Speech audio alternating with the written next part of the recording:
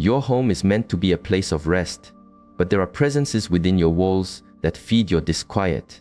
Not ghosts, not curses, but silent invitations to the part of you that holds on. These are objects that carry an energy that is no longer flowing. It pulls you backward into stories that have ended. It can dim your spirit, unsettle your sleep, and cloud the clear sky of your mind. You may not notice it with your eyes, but your body feels it. A tension in the shoulders when you enter a certain room, a breath that shortens for no reason, a quiet heaviness. My tradition teaches that the mind and the space it inhabits are not separate. They are mirrors. If the outer world is clouded with stagnant energy, the inner world cannot find its stillness. This is not about tidiness. It is about resonance. Today, I invite you not to clean, but to see, to walk a path of awareness through your own home and feel what has been hiding in plain sight. We will not use fear. We will use presence. We will uncover the simple, ancient truth that letting go of a thing is not about loss. It is about reclaiming your own energy, your own path. If you feel stuck, if the air around you feels thick, the work does not begin out there. It begins with a slow walk through the landscape of your home. Imagine your life force, your chi, as a river. It is meant to flow, clear and steady. Your home is the riverbed that guides this flow. Every object within it is like a stone. Some stones are smooth, aligned, and they help the water move with purpose and grace. Others are jagged. They are dams of unfinished business. They are obstacles that create eddies of confusion, stagnant pools where old energy gathers. This is not superstition. It is the physics of the spirit. Everything that has been seen, touched, and felt around an object leaves a trace, a vibration. A gift received from someone who later broke your trust. It sits on a shelf, but the energy of that broken trust still emanates from it. A cracked mirror you see every day. It reflects a fractured image back into your subconscious. A piece of art that makes you uneasy, kept only for its price. These things carry a discordant hum. When the riverbed is filled with such disharmony, the river of your mind cannot flow peacefully. It becomes turbulent. You feel off center. You react instead of responding. Our practice teaches a simple truth. What surrounds you enters you. To recognize these objects is not about finding blame. It is an act of deep self-study. It is asking your heart, not your head. What part of me is this still speaking to? Why do I give it a home? To surround yourself with the remains of old wounds is to build a shrine to a self that you have outgrown. There are some objects whose very shape speaks a language of distress. We call these the whispering icons, a mask with a frozen expression of grief or anger, a statue with sharp, aggressive lines, a painting steeped in visible sorrow. You may see them as decoration, as interesting art, but your deeper self, the part of you that lives below words, hears their silent speech. In the quiet of the night, their vibration hums through the room. It is not a curse, it is a symbol. Ancient teachings hold a deep reverence for symbols, for they understood that what the eye sees repeatedly, the spirit absorbs. A mark on a scroll could mean peace. Another could mean strife. They knew that a symbol is a seed planted in the garden of the mind. At first, you may not notice its effect, just a subtle feeling of unease in one corner of your home. A restlessness you can't explain. This is how the subtle world works. It is not a hammer, but a constant, quiet dripping. Over time, these small drops of disharmonious energy carve deep channels of anxiety that seem to appear from nowhere. True mastery is not only about great and powerful movements. It begins with the discipline to be honest about the quiet energies you live with. It is to choose your own inner peace over possession, to release, without attachment, what does not make your spirit feel spacious and free. When you let go of the symbols that speak of fear, the silence in your home becomes softer. Your breath deepens. The space itself begins to feel like a training ground for strength, a sanctuary for stillness. Other objects carry a weight that has no measure. We can call them the stones of yesterday. A diary filled with a story you wish to forget. A box of letters from a broken connection. A certificate from a dream that did not come to pass. They are quiet. They are often hidden away in drawers or under the bed, but their presence is not silent. They do not speak in words. They speak in the language of feeling, in the quiet, gravitational pull of the past. Our practice of awareness begins not just with the breath, but with what we choose to keep around us. Every one of these objects holds an echo of regret, failure, or loss. Each time you stumble upon it, even by accident, the echo replays in your soul. It whispers, "You are not whole. You are what was broken. You are the one who failed." And a part of your life force remains frozen there, trapped in a story that is over. Mindfulness does not ask us to erase the past. It asks us to complete it. And completion is not about changing what happened. It is about changing your relationship to it now. Sometimes this means letting an object go. To hold on to the artifacts of your wounds is to keep that version of you alive. This is how the spirit gathers dust, and when enough of it accumulates, even the smallest step forward feels heavy. The path to freedom is as much about what you release as what you gain. If an object pulls you back to regret, you must ask, does this help my wings grow, or does it weigh them down? In release, there is profound strength. In completion, there is clarity. Peace arrives when you no longer need to carry what has already been set down by time. Completion creates space, and in that space, your true, present power begins to live. The disturbance is not always old. Sometimes it is new, and it glows. Your room can be perfectly still, yet your mind is a storm. The cause is not a ghost, it is the screen, the endless scroll, the conversations left unfinished, the thoughts fed to you by algorithms you did not choose. This is the new form of clutter. It is a river of noise that flows silently, constantly, through your home. In my tradition, stillness is not empty. Stillness is concentrated power, but when your attention is fractured into 100 pieces by 100 notifications, that power leaks away. Your chai scatters. You may not feel the leak at first, just a slow-growing fatigue. A fog that clouds your focus. A tension in the body that has no name. The screen does not just take your time, it takes your center. To practice mindful separation is a discipline for the modern world. It is a sacred act, not to deny technology, but to master it. To choose consciously to return to your own sovereign space. To say, now, this time is for me. Leave your device in another room for a short while. Feel the shift. Light a single stick of incense. Breathe. Just breathe. You will feel your energy field begin to gather itself back to your center. It returns slow, grounded, and whole. Your thoughts will settle like dust in a still room. You will hear the sound of your own inner voice again. This is not escape. It is a warrior sharpening their blade.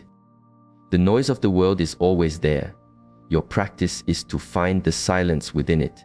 What you allow to fill your eyes, you allow to fill your spirit. Choose with intention. For peace is not found. It is made in the space you clear for it. The things that touch your body hold the most intimate energy. The clothes you wear, the jewelry you touch, they remember. A shirt worn on a day of great sadness. A ring twisted in your fingers during a moment of burning anger. A necklace clutched while feeling fear. You may have forgotten the day, but the fabric has not. The metal has not. In my tradition, it is understood that matter is porous, not just to light and air, but to the strong currents of human emotion. Anger has a charge. Grief has a density. These energetic signatures do not simply evaporate when the feeling passes. They settle into the threads. They cling. And one day, you wear that item again, and for no reason you can name, the old feeling returns. A shadow of tension, a flash of reactivity. It is not the color or the cut. It is the memory, the echo, still living in the object. This is why so many spiritual paths have rituals of cleansing, not for hygiene, but for purity, to clear the energetic imprint from the things that touch us most closely. You can do this. Wash a piece of jewelry with salt and water under the light of the moon. As you wash, hold the intention. I release all that is not peace. You can smudge your clothes with sage or incense. Or, if the memory is too heavy, you can simply let it go. To release it, to burn it, to give it away. Mastery asks for this level of awareness. It is not fear. It is respect. respect for your own energy field. When you consciously cleanse what touches you, you release the triggers of old reactions. You return the object and yourself to a state of neutrality. In that clear, empty space, your spirit becomes lighter. The past loosens its grip, and you are free to walk forward. Some burdens are given to us by others. They are passed down not just through blood, but through matter. An heirloom watch from a father who lived with quiet desperation. A ring from a grandparent who carried a secret sorrow. A painting from a friend whose smile never quite reached their eyes. These objects are more than their physical form. They are vessels. They can carry the echo of another's unresolved life.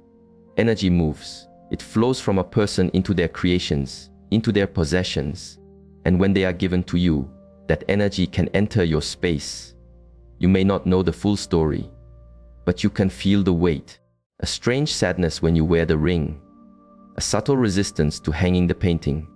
Nothing loud, just a quiet disharmony that can slowly pull you from your own center.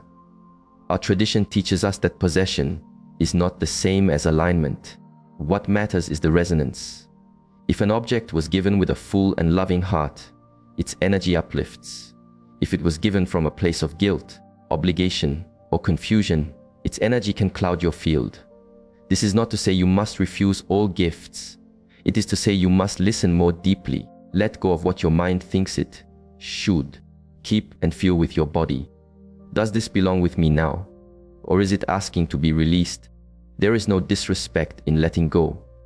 To thank the object for its journey and return it to the earth, or to pass it on to another who may resonate with it differently.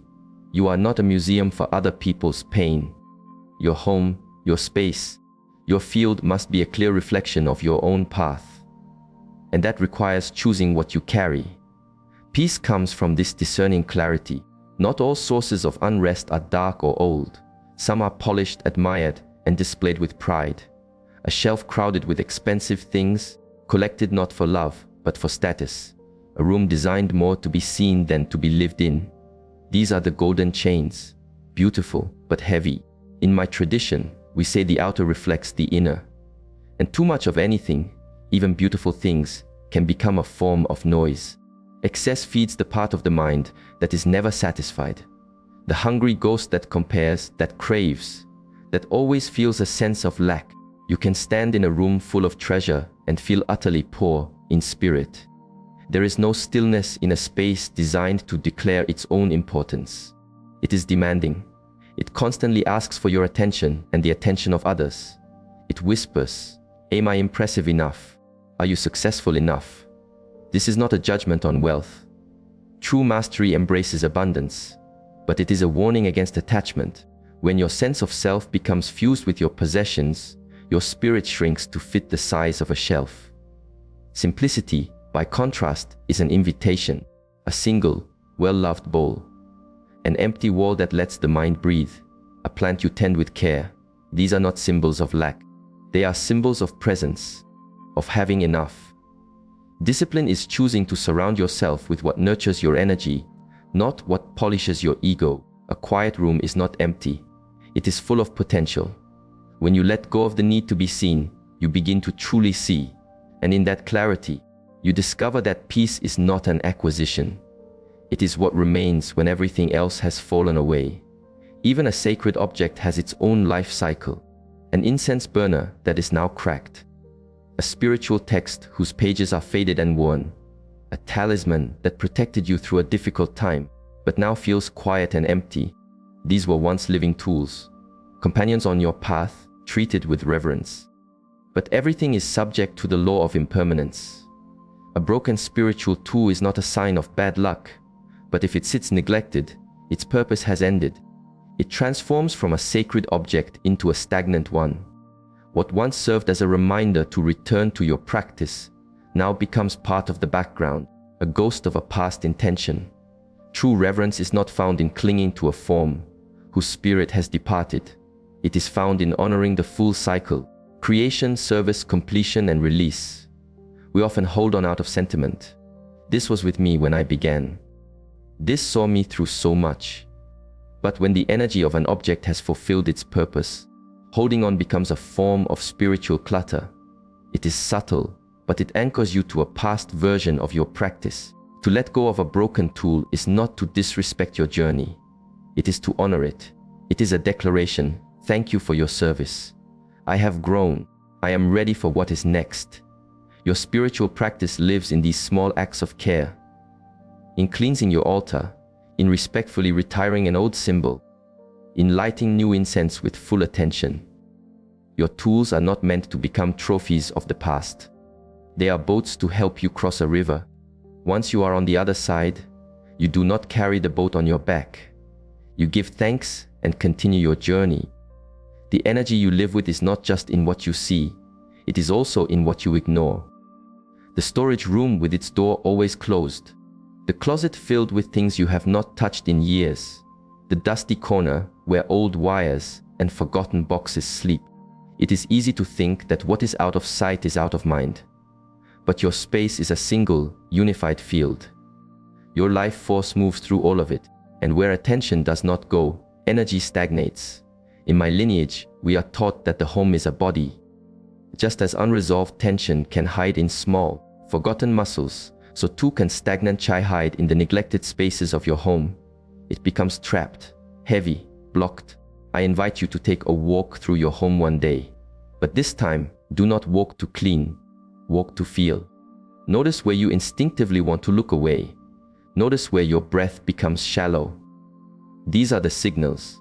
Your body feels the stagnation your mind has learned to ignore. This is not about achieving perfection. It is about restoring connection. The simple act of opening a window in a dusty room, of sweeping a forgotten corner, of letting in a little light can change the feeling of the entire house. Neglect creates a dead space. Presence brings it back to life. This is a profound spiritual practice. It is not done with grand gestures, but with the quiet discipline of a broom, of a cloth, of your own steady attention. You are bringing life back to your home by bringing your awareness back. Every space you reclaim with your presence is a part of your own consciousness that you are bringing back into the light. Your home has a voice. You can hear it if you move slowly enough. Each room has a different vibration, a different rhythm. Some rooms feel like a gentle stream. In others, the energy feels obstructed or dense. These are not fantasies. This is your own sensitivity, your own body reading the subtle language of space. When we are rushing, we are deaf to it. But when we walk with quiet intention, the truth of a space is revealed. You may feel a hesitation at a certain doorway. You may notice a recurring tension in a specific chair. This is your chai responding to the chai of the space. To practice, you do not need complex tools. You only need your own presence. Begin with your breath. Let it be slow, even, and deep. Let your feet touch the ground as if for the very first time. Now, enter each room.